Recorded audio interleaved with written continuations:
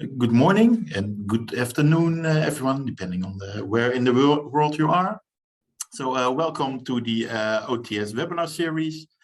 There are two hosts for today. So we have Hassan and we have myself. My name is Ronald. And we will host today's webinar. Before the start of the webinar, my apologizes. There were a few technical difficulties before the start of the webinar, so we started 5 minutes later. But I'm very sure that Art will make this good to you by giving an excellent webinar.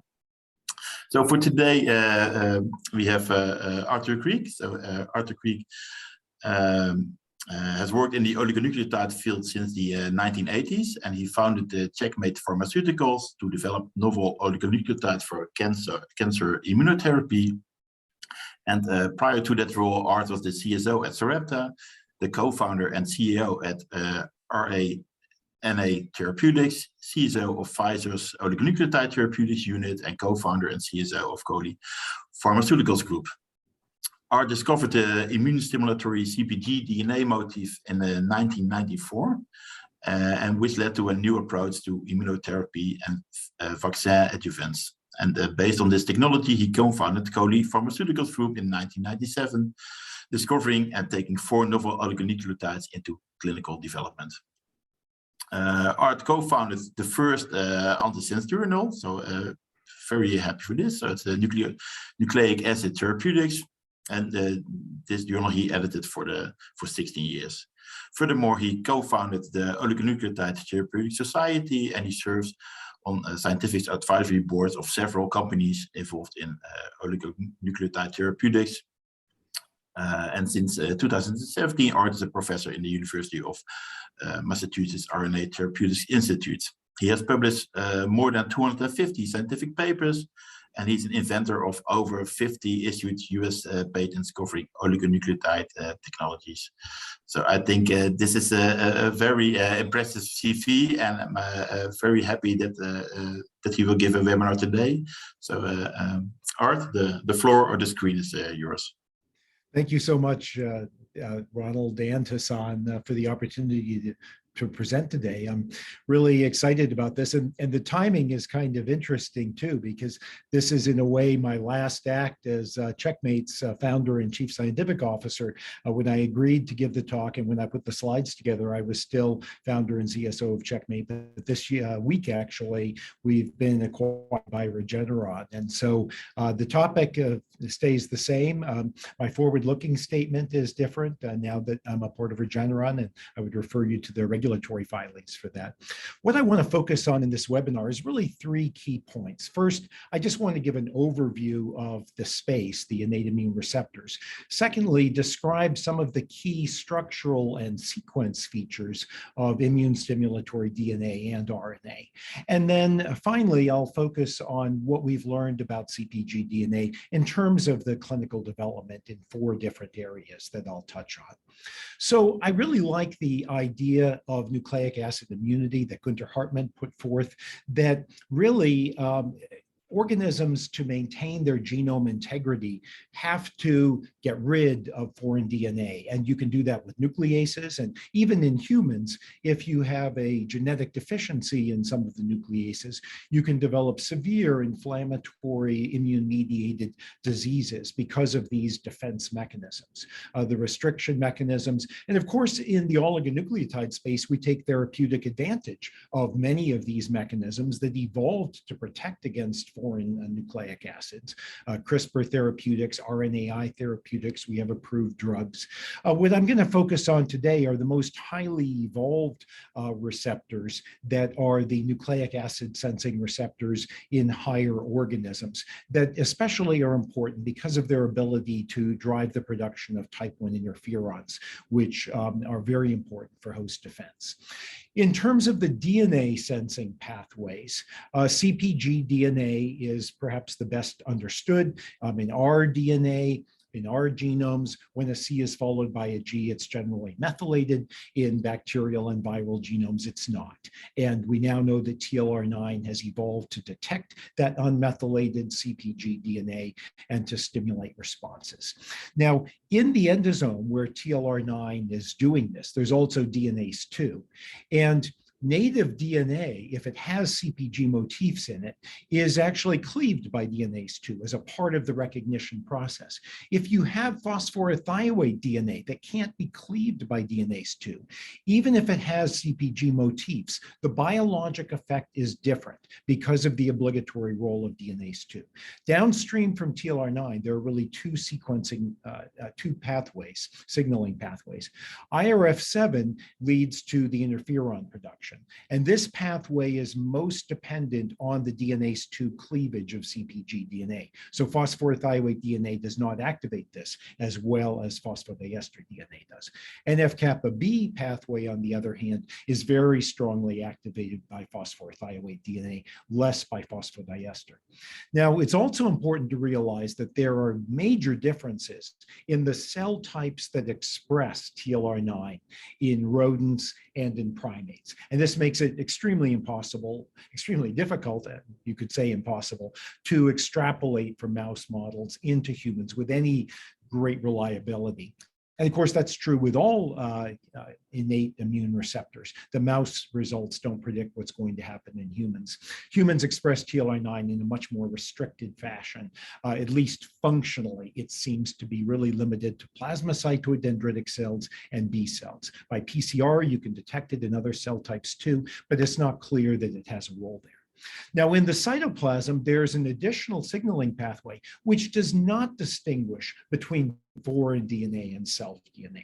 The STING pathway can be activated by endogenous DNA that leaks out of the nucleus in response to stress in cells.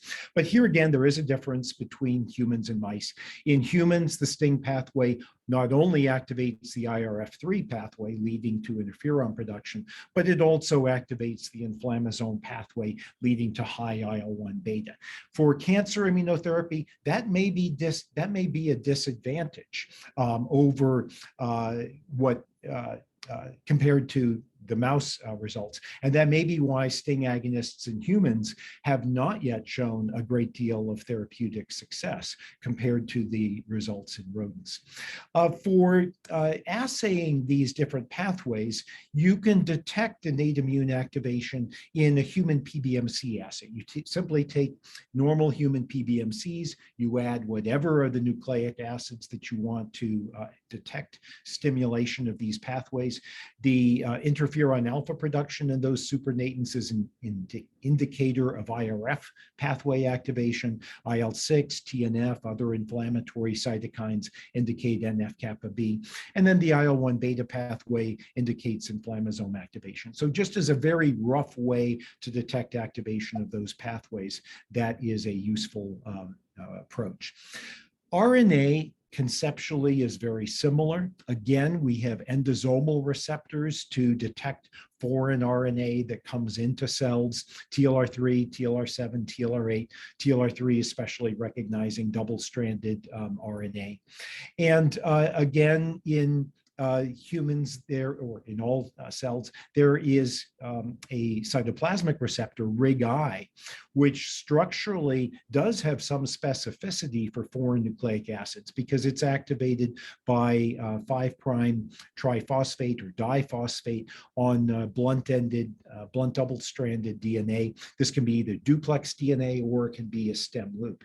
Now, human clinical development of RIG-I agonists started some years ago. The first company to begin trials of this was RigonTech. They were acquired by Merck in 2017. And it seems that the human clinical data were not positive enough to warrant further development. There are a number of other companies that are moving forward with RIG-I programs.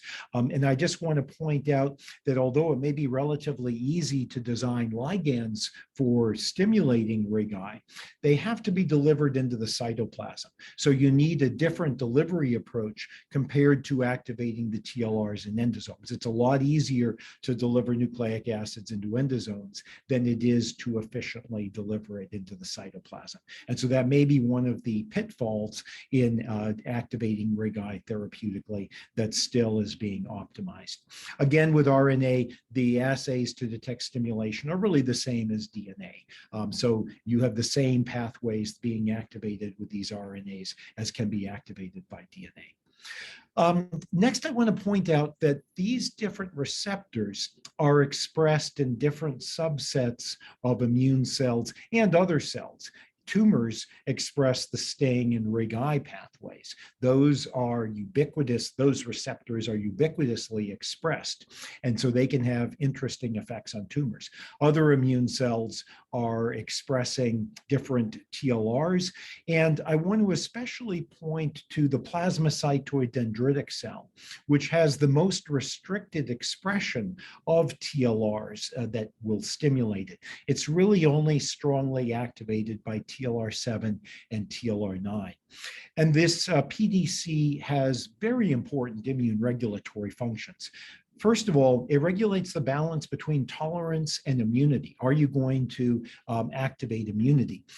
More importantly, perhaps, it regulates the type of immune response that is going to be generated. If these are activated, they appear to be able to determine the balance of what's been called Th1 immunity, that's like CD8 T cells, the cellular immune defenses, and Th2 immunity, which are the antibody responses, more humoral immunity. This is an extremely important balance for the immune system to determine in the response to pathogens. And this cell type is the primary source of type 1 interferons. Type 1 interferons are very important, especially in cancer immunotherapy, because they can drive the proliferation of anti-tumor CD8 T cells. And of course, they evolved, we think, to drive the proliferation of antiviral responses. So now let me turn to the key structural features determining these responses. And in terms of TLR9 activation by CpG oligos, there are three major classes of CpG oligos that have been defined. The first one I want to mention is CpGA. This was not the first to go into the clinic. The A stands for interferon alpha, because the defining characteristic of this class of CpG is that it induces the highest interferon alpha of not only any CpG oligos, but actually any innate immune activators that have been published so far. This is the sequence of the CpGA that's in development. It has poly G regions on both ends. Those form G quadruplex structures that are probably important in the biologic activity. And also very important, these have a native DNA backbone, so they're cleavable by DNase 2 in the endosomes, and that helps to promote this interferon response, as I mentioned earlier. And they have a palindrome, so they can form self-complementary duplex structures. You see the CpGs there as well. So these structures are actually quite different than what you get with the CpGBs. This was the first CpG that entered human clinical trials in late 1998, actually. This is the sequence that we were developing back in the Coley-Pfizer days, and you can see the CG motifs. But this is a phosphorothioate backbone, can't be cleaved. Another type of CpG that's sort of intermediate in biologic activity is the CpGCs. These have palindromes like the palindrome here, so they can form duplexes. But without the poly Gs, they're not going to form these G quadruplex structures. And of course, this has a phosphorothioate backbone. It can't be cleaved. So to summarize what's unique about the CpGA, structure, the molecular signaling, a dominant activation of IRF7 because of the cleavable backbone, and that leads to this very strong interferon alpha response. Now, also because we use a native DNA backbone, delivery becomes an issue. These don't really require any special delivery. With a phosphorothioate backbone, you can just put it in saline and inject it into a person. With a phosphodiester, we've been using delivery in a virus-like particle. And that turns out to provide co-stimulatory signaling of Fc receptors, which I'll come back to in a few minutes. Just looking at the cytokine production in the human PBMC assay that I mentioned before, the CpGA, of course, giving the highest interferon alpha, CpGB rather low, and CpGC intermediate, including here also some data with other TLR agonists for comparison. What the CpGA does not do very much of is inducing production of these inflammatory and immune modulatory cytokines. So I want to just make this point because people sometimes think of innate immune activation as all innate immune activators are the same, and they're not. They're extremely different from one to another in terms of these profiles. And for some therapeutic applications, one of these profiles may be better than another. It's an important thing to be aware of as we think about that development. One other point I want to make is that with phosphorothioate oligos, CpG methylation does not abolish TLR9 activation. This is showing a stimulation index using an NF-kappa B reporter with the 2006 CpG that I showed before, also called CpG 7909, and the methylated version of that, where you still get strong stimulation. So methylation of phosphorothioate CpGs doesn't eliminate TLR9 stimulation the way it does with phosphodiester DNA. And even if you get rid of the CpGs altogether with a GPC, you can still detect some TLR9 activation. And we now know that there are a variety of non-canonical sequences that don't contain CpG that can still stimulate TLR9, but you get a different kind of TLR9 response. Now, poly-C really has no stimulatory effects in these assays. And again, NF-kappa B pathway, IRF7 pathway, we use IL-10 as a readout for this in the PBMC assay here, and interferon alpha for the IRF7. This sequence is just poly-T, and you can see some stimulation in the assay. Just add a single C at this position. That's the most dramatic one that where it makes a difference. Significant increase in the NF-kappa B reporter. And of course, with the CG, you get a bigger increase, but not that much bigger. What you do get more of with the CpG is that IRF7 pathway. And of course, with the phosphodiester backbone, you get way more, orders of magnitude more in many cases. So I just want to make that point that it's not enough with phosphorothioate oligos to just get rid of CGs. You should still be aware of these other sequence motifs, and those could have therapeutic applications in some cases where you might want to have more IL-10 induction without interferon alpha induction. RNA sequences also can vary dramatically in their immune effects in terms of their ability to activate TLR7 or TLR8.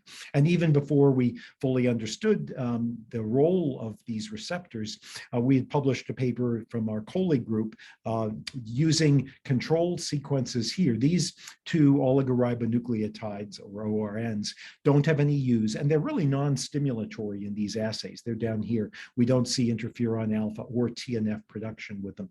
And what you're looking at in these data are if you substitute for the underlined 4 bases in either of those sequences, these various 4 base motifs, you can see dramatic increases in interferon alpha production or TNF alpha production or both.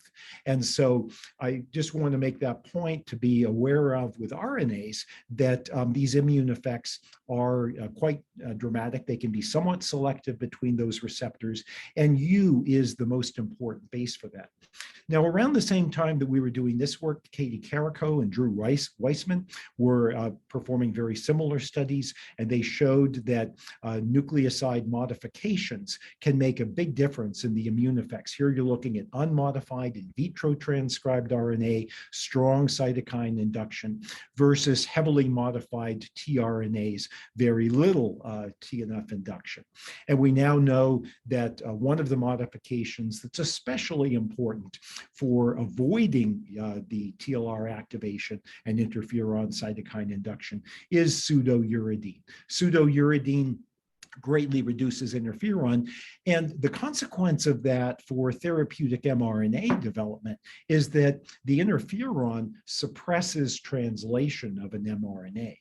So by modifying an RNA with pseudouridine to avoid the TLR induction and interferon production, you get a huge increase in translation. And of course, that's what's made mRNA vaccines so extraordinarily successful in treatment against or prophylaxis of COVID. And we now know from the crystal structure of TLR7 that poly-U fits very neatly between the homodimers. It's clamped between those homodimers at this site. Guanosine occupies a site up here in the homodimer, and this is looking at it on end with the two TLR7 molecules. And so presumably, the modification of these U's with pseudouridine is interfering with that binding and the downstream activation. Now, I want to point out that for vaccines, mRNA vaccines for infectious diseases where you want to get an antibody response, it doesn't really matter if you don't activate TLR7 to get much interferon alpha, because you don't need a lot of interferon alpha for antibody production.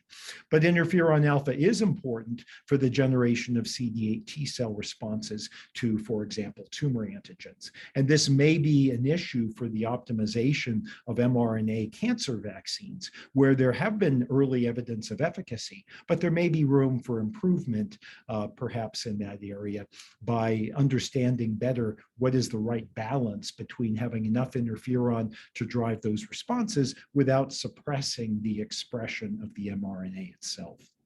So now let me turn and focus more on the CpG DNA and on the pitfalls and progress in that development. And I want to just highlight the four main areas where we pursued development back in the Coley days. And this is how we thought about the universe of development for CpG oligos in the early 2000s. We identified four key areas where we thought there was therapeutic potential. Vaccine adjuvant, and we decided to out-license that area. Asthma allergy, we also decided to out-license that. Antiviral immunotherapy, this is using it as sort of a non-specific innate immune activator. This was an area we took to phase 2 development. And then cancer immunotherapy, we also developed up to phase 2. So first of all, I'll talk about the vaccine development. We reported our first results with the vaccine using a CpGB adjuvant in 1999. And what we did was to just take Engerix B, which was the approved and is an approved hepatitis B vaccine, and added CpG 7909 in it. We did a trial in normal volunteers where we looked at the antibody production. This is anti-hepatitis B antibody. Using Engerix B, this is the first dose. This is the second dose when you start to get antibody production with Engerix B. And then the third dose, you get a further boost. What we saw was a dramatic acceleration in the timing to antibody production with the CpG addition. You can see much more rapid induction of antibodies and higher levels of antibodies as well. And I'm not showing it here, but we also saw strong induction of antibody responses in patient populations where vaccines don't work well at all, like HIV and chronic renal failure.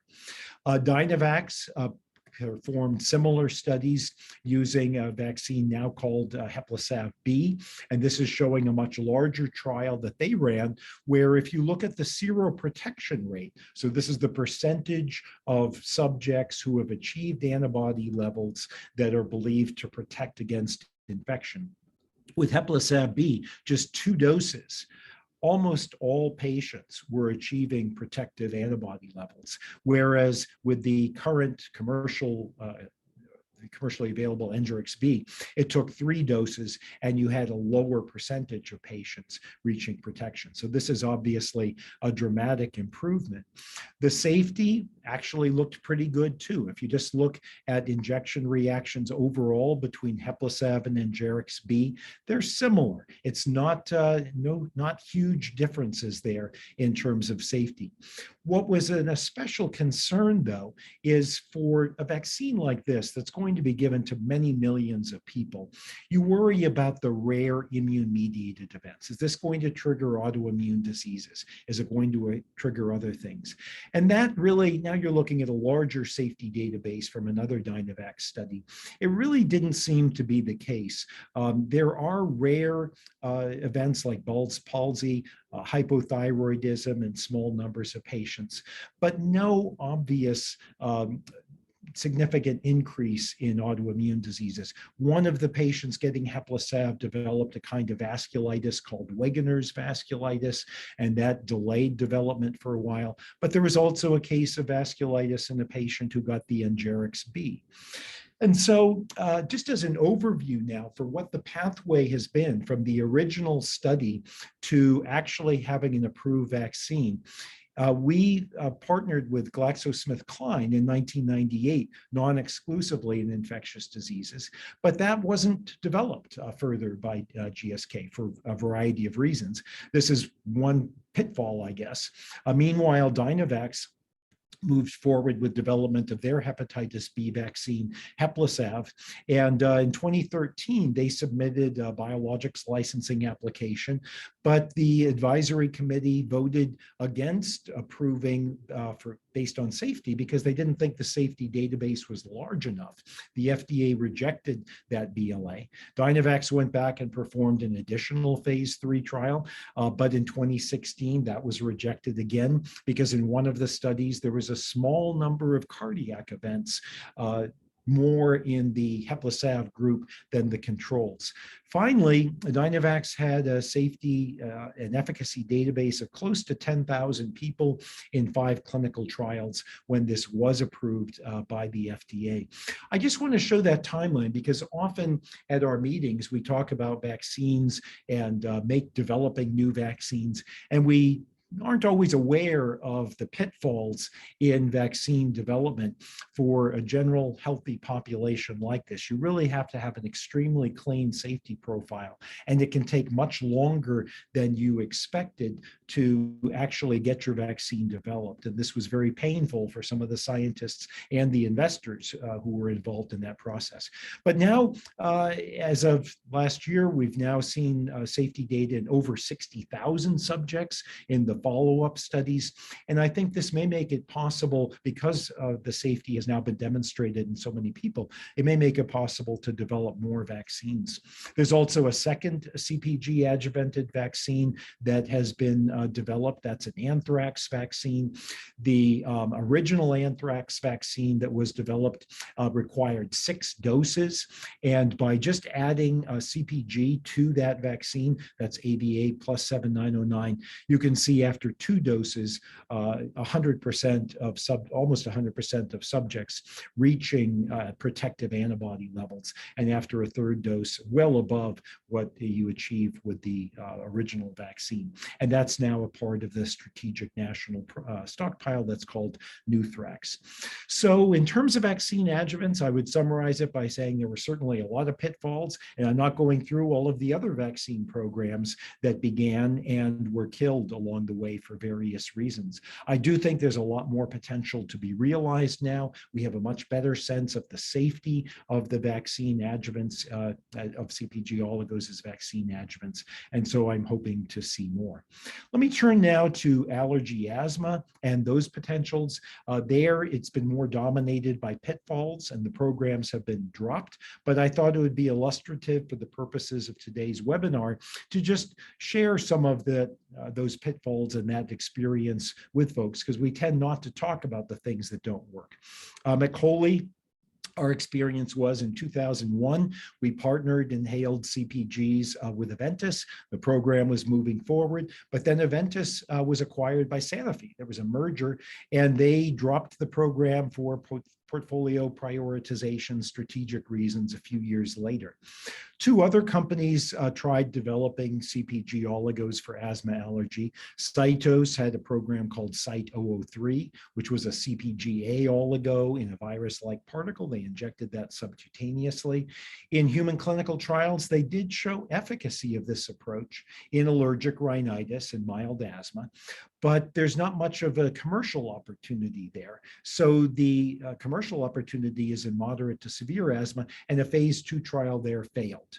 There was no further development of that application. Dynavax pursued several programs. They had a CpG conjugate to a ragweed allergen as a kind of allergy vaccine. This was injected subcutaneously, showed encouraging efficacy in phase 1 and phase 2 trials, but then the phase 3 trial failed. And I don't think it failed because the drug didn't work. Actually, looking at the data, the controls in the phase 3 trial did not have an increase in symptoms during the ragweed season. It may have been a mild season. The trial may have been performed in areas where there just wasn't a lot of ragweed. Regardless, that program ended up being abandoned.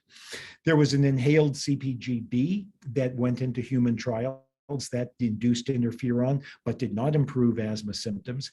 And then another inhaled CpG-C program that they partnered with AstraZeneca. This reduced Th2 inflammation. The safety looked good, but it didn't improve asthma symptoms either in a phase 2A study, and that isn't moving forward. So lessons learned from that, maybe new approaches could succeed there. Now briefly touching on antiviral immunotherapy, several companies performed studies using various CpG oligos to try to treat hepatitis C virus infection. We were one of them. We saw that some patients actually did clear the virus, but they all relapsed after treatment. And meanwhile, antiviral small molecules were moving forward and achieving great success. So there really wasn't an obvious commercial opportunity there. HIV, a couple of ideas explored very early, but not taken forward. The primate data just wasn't very encouraging. HPV, several companies had programs, but it really wasn't adequately evaluated. And I think it's possible that innate immune activation with CpG oligos could protect against pathogens like COVID-19, but that hasn't really been tested. And so this is an area that is not moving forward. So now in the remaining time, let me talk about cancer immunotherapy. And the initial results that we saw that were very encouraging, we performed a phase 2 trial of a subcutaneous CpG-B together with chemotherapy in lung cancer. And the green line here shows the combination with the CpG. This is survival. The purple line is standard of care chemotherapy. And the lines cross there, but there was a pretty encouraging trend to improved survival with that combination. Partnered with Pfizer, they did 2 phase 3 trials, and you can see there was no difference in survival in those 2 trials. So that ended up being abandoned. Since then, several other CpG-B and CpG-C programs in cancer immunotherapy have either failed or been abandoned in development. Most recently, last year, IDERA had an intratumoral CpG-C tilsatolimod that was being given in combination with ipilimumab in patients with melanoma. That failed in phase 3 as well. So we thought that there was still a lot of potential for CpG oligos in cancer immunotherapy, but we decided to make several key changes from what had been done in those other trials. One change was switching from the subcutaneous injection that we had done back in the Coley-Pfizer days to intratumoral dosing. And the concept there, which I'll come back to, is what's been called in situ immunization, to focus the immune response on the tumor antigens by injecting the CpG right into the tumor. And this also changes the tumor microenvironment from what's been called cold or immune suppressive to a hot or inflamed environment. Anti-PD-1, we think, is really key to the success of innate immune activation, because the T cells that you induce through TLR9 express the PD-1 checkpoint. And in vitro, our collaborators at the University of Pittsburgh showed that you could rescue the function of anti-tumor CD8 T cells by blocking PD-1. Switching from the phosphorothioate backbone that we used in those early studies to phosphodiester with a CpGA meant that we could get a much stronger interferon alpha induction. And we now know that the plasmacytoid dendritic cell, when it's stimulated by CpGA, most of the PDCs differentiate into a subset called P1 that make interferon alpha. And with the CpGB and CpG-C, you get a much smaller fraction of the PDCs differentiating into that subset. And we think that may be what's driving a very strong anti-tumor CD8 T cell response. IL-10 induction may be contributing to the better efficacy of the CpGAs because we're getting less of that. And then finally, the delivery in the VLP forming immune complexes by an anti-VLP antibody response that I'll come back to gives additional co-stimulatory signals. So the way we think about cancer immunotherapy is that ultimately you need CD8 T cells to attack and destroy a tumor. And this is called a Th1 response with these CD8 T cells. Now, in some patients, those cells are already present in the tumor, and they're simply being held back by these checkpoints, PD-1 or LAG-3. In those patients, blocking those T cell checkpoints alone may be all they need to respond to the tumor. But most patients don't have enough of those T cells. One approach to provide the anti-tumor T cell response is exogenous production with tumor-infiltrating lymphocytes, CAR T cells. This is a very complex approach. It's typically specialized for every patient. You make individualized therapy, and it's still quite toxic, and many solid tumors still don't respond to those approaches. So another way to go about this would be endogenous generation, where you try to induce the T cells in a patient. In order to do that, you need several things. First of all, you do have to activate innate immunity, and in particular, interferon alpha that I mentioned. You need to stimulate dendritic cells. And I'm highlighting that you need pulsatile interferon alpha because we know that constitutively high interferon alpha actually can cause T cell exhaustion and interfere with responses. And then you also need tumor antigens. Now, those can be presented in a vaccine or in this in situ immunization idea, where you inject your activator of innate immunity into a tumor and let the tumor be the source of the vaccine. That avoids the complexity of individualized tumor vaccines and picking tumor-associated antigens.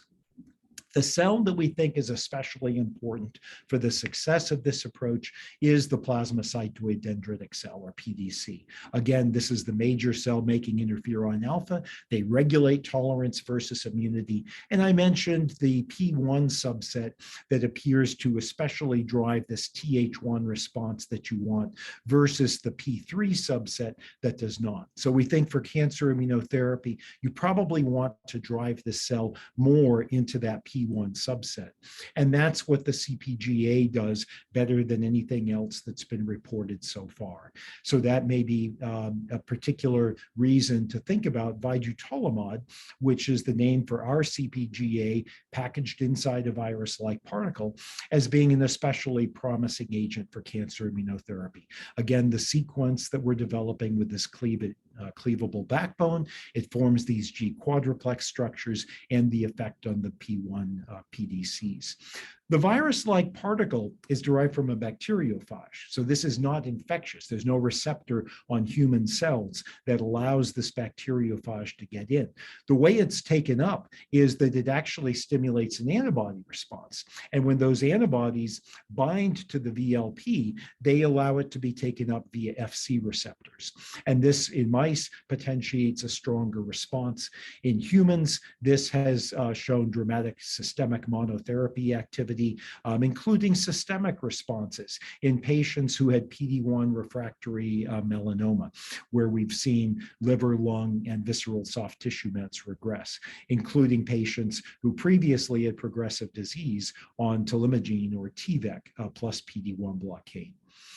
Showing the evidence for the requirement for the antibody here, what you're looking at now is interferon alpha production in human PBMCs. And if you add an antibody to Q beta, which is the protein on the VLPs, you don't get any direct effect by itself. If you add vidutolimod or CMP-001 without the antibody, you don't see any interferon induction. But when you add the two of them, you get a very strong interferon response. And this is exactly the same same VLP, but where the CGs are methylated, showing the requirement for the unmethylated CPGs with that phosphodiester sequence. In mouse models where you implant tumors on both flanks of the mouse and just inject one of those tumors, whether we use a naked CPG or vidutolimod to deliver it doesn't really matter in the injected tumor. They all work well for causing tumor regression. But in the uninjected tumor, testing for the systemic effect, we consistently see better tumor regression with the VLP delivery compared to the naked CPGs. And there have been several other papers where that's been shown too. So the way that we think this is working in a tumor, when you inject this into a tumor in a patient who may have metastatic disease, the VLPs after the first injection induce this antibody response that allows the VLP to be taken up by the PDC through this stimulatory FC receptor, driving the PDC into this P1 subset and causing the release of interferon alpha, which then secondarily activates these other cell types, leading to a very strong T-cell stimulation against whatever the neoantigens are present in that patient. Those T-cells have the checkpoints on their surface, and so by blocking those checkpoints, we think that we can improve the response of the patients to therapy. And now I'm just going to switch over for a moment to show you some of the clinical results of this, because that's just a cartoon. This is from a presentation I gave at the TIDES meeting recently, where this was one of the patients in our trial who came in, was actually the first patient in the trial enrolled at the 3 milligram dose level. When she entered the trial, she had dozens of metastases in her leg. This was the primary injection site. And you can see at 12 weeks and at 8 months, those lesions dramatically regressing. Looking in tumor biopsies at week 5, a dramatic increase in the T-cell infiltrate into the injected and non-injected tumor, and also PD-L1 indicating inflammation in the tumor dramatically increased. The subsequent course of the patient was that she developed a complete response. Vidutolimod was stopped, and she continued on pembrolizumab alone, the anti-PD-1 antibody. But the melanoma then recurred. So we allowed the investigator to resume vidutolimod into that new lesion, and she re-achieved a partial response, which has been maintained since then. We've reported these results before as monotherapy. This is showing a swim lane plot that the response rate was 20% by RECIST in those patients. The duration of response, however, was short. It was less than 6 months, whereas the combination with pembrolizumab to block PD-1 as well, much longer duration of response. And so we think that's the way to go forward. These responses, again, were systemic, comparing the target lesions that were injected in blue to the non-target lesions in those patients in purple. There's really about the same level of regression in those lesions. Safety was generally manageable. We did not see a dramatic increase in autoimmune disease. We saw flu-like symptoms, transient injection site reactions in patients, but no apparent exacerbation of the toxicity known to be associated with PD-1 antibodies.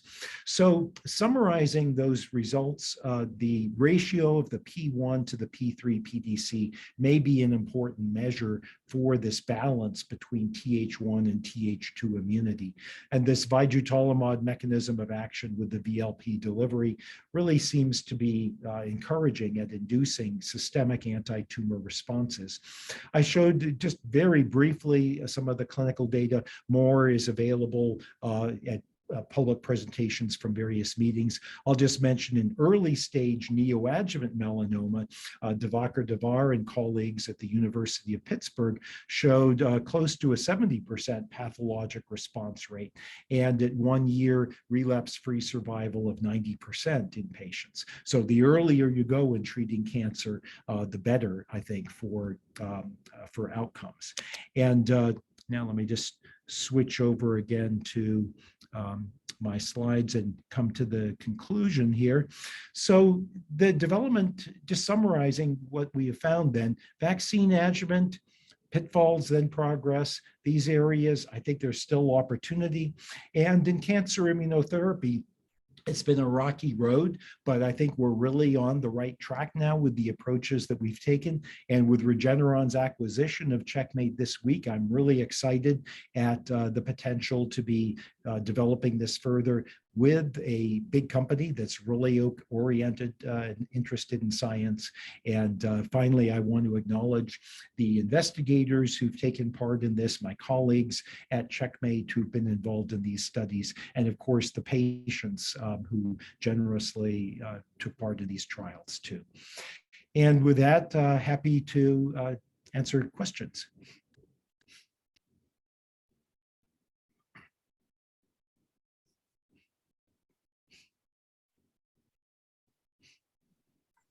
Yes, thank you, Art, for this amazing presentation. I think it's a very nice overview of a lot of different strategies, a lot of different diseases. So well done. So if you have a question for Art, please use the Q&A or the chat function, and then I can read the questions. But I can start with a question myself. So I think one of the things that you highlighted during these presentations is that there are not only big successes, but also some disappointments, and there are some pitfalls during these studies. So, and I think one of the reasons that you also highlighted is that it might not always be the compound that you develop, but that it can also be the strategy that you use for phase 1 or phase 2 clinical trials. So what have you learned from these kind of things? So I think what you mentioned is the ragweed season, that you just had the wrong season or the wrong place to use your studies. So how to improve these clinical trials? Yeah, no, that's a great question, Ronald. And, you know, I wanted to show those pitfalls because I'm an optimist, and I'll be honest, you know, I started out in academia like most of our membership, I think. And I thought it was going to take a few years to get the first CPG oligo approved. I had no idea what a long, winding road it was going to be getting here. And it's been an education for me in a number of different ways. I kind of started out thinking that, you know, if you have good science, and then you're going to succeed, and that's all there is to it. And it's not. It's much more complex. And especially today in the biotech environment right now, we see many biotech companies developing good science, and yet they're struggling to raise money and to fund the development of that science. And I don't have all of the answers to this. One of the things I've learned is that as a scientist, you do need to be aware of these other commercial realities. You know, we hear that 99% of drug programs fail, but we don't always think about what does that look like when you're in the company where these programs are failing. And you just have to try to learn from each of those failures. Why didn't this work? Is the science wrong? And usually it's just more complex. In the early days of CPG, we didn't know about the role of the checkpoint inhibitors. We thought all we would have to do would be to stimulate the immune system to induce it against tumors. And for cancer immunotherapy in particular, this combination with checkpoint inhibitors, I think, is really key to the success. One other thing we learned was that the phosphorothioate backbone is great for vaccine applications. It doesn't seem to be so good for cancer immunotherapy applications. We've seen repeated failures of phosphorothioate oligos in cancer. In monotherapy studies, you know, the monotherapy setting is the easiest way to tell whether you're actually achieving an effect. And in our monotherapy data, we saw responders. IDERA with their CPGC oligo, 54 patients were reported in monotherapy studies. None of those 54 had clinical responses, and that included 16 patients with melanoma. So there is something fundamentally different about the backbone there. Yeah, I think all wise lessons and clear advices. So I'll start with a few questions from the chat. So the first one is from the chat, and then I will go to the Q&A later. So what do you think about adding albumin binders to antigen conjugates? Yeah, we haven't really looked at that. One of the things about the antigen conjugates that always worried me a little bit is that by conjugating an antigen to a CpG oligo, you may increase the generation of anti-oligo antibodies, because you're going to stimulate the production of antibodies to the antigen. But if those are linked, you may get anti-DNA antibodies as well. And in fact, we looked at anti-DNA antibodies in the clinic, and we found antibodies to single-stranded DNA, which appear to be harmless. The antibodies we were worried about are antibodies to double-stranded DNA, which are associated with lupus. And we didn't see those. And from the ragweed antigen data that Dynavax generated with their conjugate, I'm not aware that there were safety issues with that. So I think that it's possible that albumin binders may be useful. We just haven't really looked at that. It's an important question. Yeah, thanks. Then we have a question from Fabrice. So the balance U-PSU for interferon production might depend on the individuals and be age-dependent as well. Is there really a right balance to be found in general population, unless you customize depending on the age range? So. Yeah, you know, we routinely look at multiple different normal donors for the interferon induction, and there is variability from one subject to another. We don't really have enough data to know what the therapeutic impact of that is. And we're sort of making the simplifying assumption in patients that we'll get interferon induction. Now, in fact, in the cancer immunotherapy studies, we look at serum CXCL10 or IP10 induction as a biomarker for interferon response. And we do see that the patients who have the highest induction of that interferon-inducible chemokine are more likely to respond to treatment. So it may very well be that this variable is important. One of the things we're looking at is biomarkers to predict response in those cancer trials. Yeah, good point. Then we have a question from Brian. So a terrific talk, Art, and congrats on the Regeneron acquisition. Would you say that the VLP delivery method is likely to be a good strategy in general for oligoimmunotherapies? I'm really very excited about the potential of this VLP delivery strategy. You know, lipid nanoparticles are great for siRNA, for mRNA, and they may be great for things like RIG-I and other agonists too. But the VLP, it gives you this co-stimulatory signaling through the Fc receptor, which we hadn't anticipated at all when we started the trials. But the more I think about that, the more I think, you know, evolution has developed these other co-stimulatory signals as a way to modulate the strength of the immune response. And maybe there would be ways to recreate that with other delivery mechanisms, but with this bacteriophage VLP, it's really quite easy to make the bacteriophage protein and form these VLPs and to package the nucleic acid in it. And the VLP has remarkable structural integrity and stability once it's formed and properly oxidized. The room temperature, well, we store them normally in the fridge, but stability for 4 years, and even under accelerated degradation conditions where you incubate at 40 degrees Celsius, these are stable for over a month. It's really a very, and they protect the RNA against degradation as well. So yes, I think there's a lot of potential. Thanks. A question from Shibaz. Great talk. Can delivery systems like LNPs improve immune response of these oligos? I think that LNPs do as well. There's no question about that. Without the VLP, LNPs also can improve immune stimulatory effects. And they can even make oligonucleotides that are not very stimulatory on their own become very stimulatory. So there's a huge amount of potential there. Yeah. Question from Feng. So amazing talk. Could you comment on the in situ CAR T by mRNA circular RNA? What need to be considered in RNA sequences that might be detected in the endosome or cytoplasm in the cell? Yeah, that is a really interesting question. I've talked with some of the people working in that space about this issue because you have the challenge that if you want the interferon induction because you're developing cancer immunotherapy, but if you get too much interferon induction, then you're not going to express your transcript.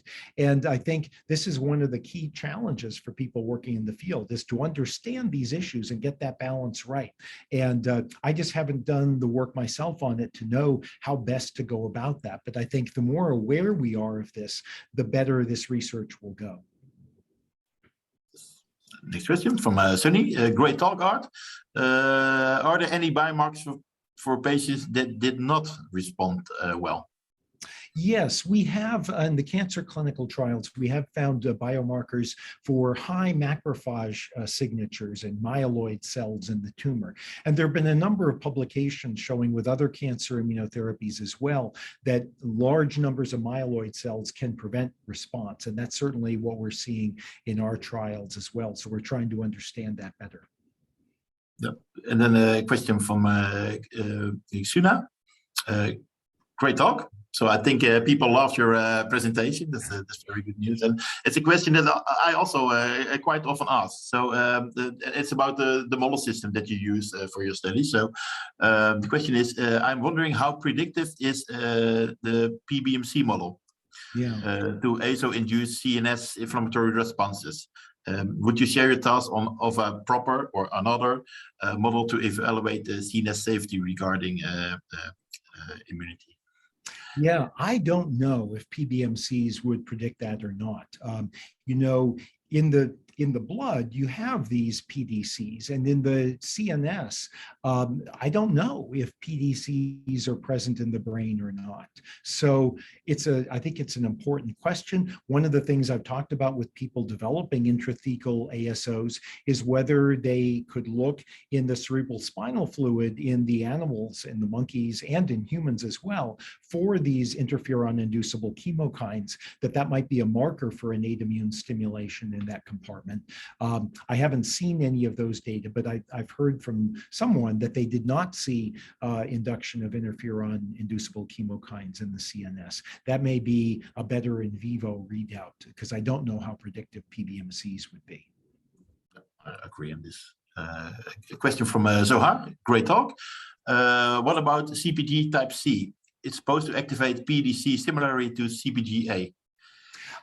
The CpGCs, I don't think they activate similarly to CpGA. CpGCs are certainly better at activating PDCs than CpGBs, and you get decent interferon production with them. But in our hands, it's never at the level that we see with the CpGA.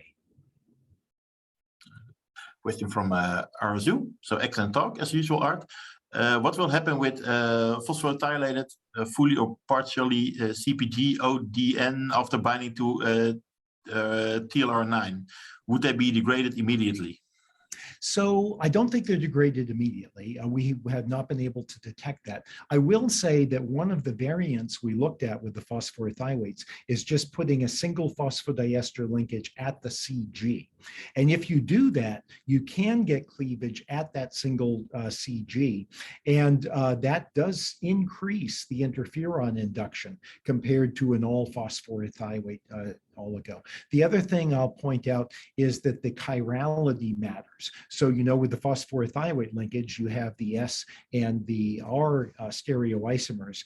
The S is highly resistant to nuclease cleavage. The R is sensitive to cleavage. So in any random mix of phosphorothioates, you'll have some that have the R stereo linkage at the CG and can be cleaved. And that could make a difference in the immune effects, but we haven't looked at that. A question from Ramesh. Amazing talk, thanks. Will polyarginine peptides or self-penetrating peptides conjugates work for delivery?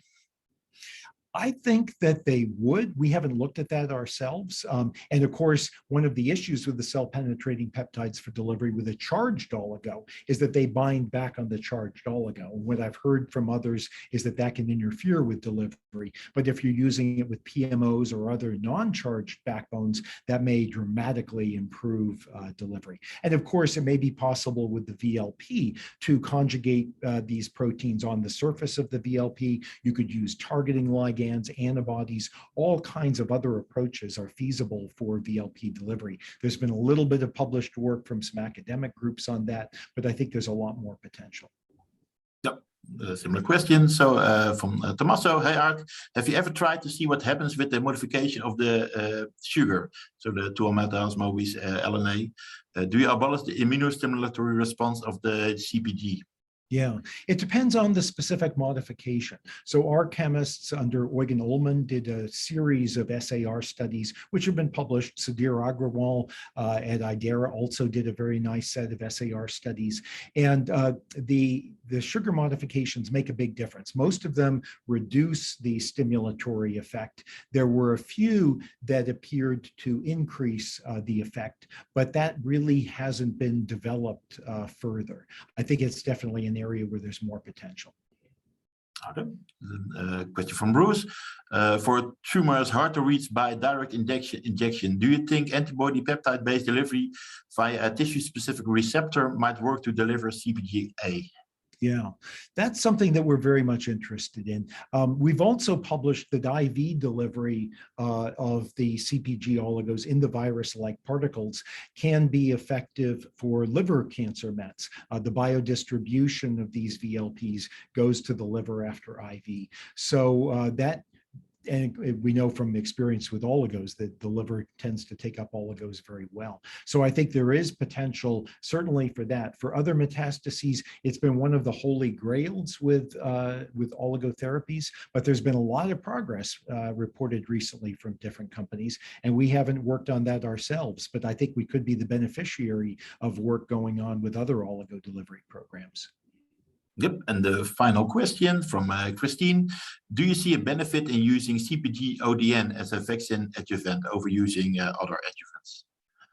Yeah, I don't know. We never really did a comparison of RIG-I and CpG oligos. I think one of the nice things about the CpG oligos as adjuvants is you only have to get them into the endosome. And so it's a very simple delivery that way. With RIG-I, because it's a cytoplasmic receptor, you have to have a more robust delivery system. In principle, the RIG-I should also be a strong vaccine adjuvant. The other thing to think of, though, with vaccine adjuvants is the safety profile. If you're developing an infectious disease vaccine, you really need to have a very clean safety profile, or you'll have the experience the Dynavax had of getting hung up at the FDA and AdComs with needing to do larger and larger safety databases. So I think that there may be a benefit to staying with something that's already demonstrated human safety versus trying to generate that kind of safety database yourself.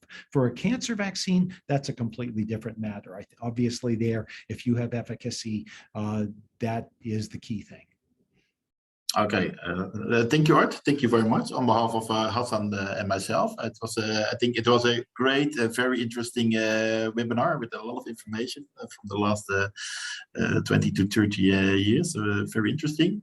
And for the rest, I think we will have an early career OTS webinar in 2 weeks. So please be aware of this and sign in if you want to if you would like to see this webinar. So thanks, Art, and bye-bye. Thank you.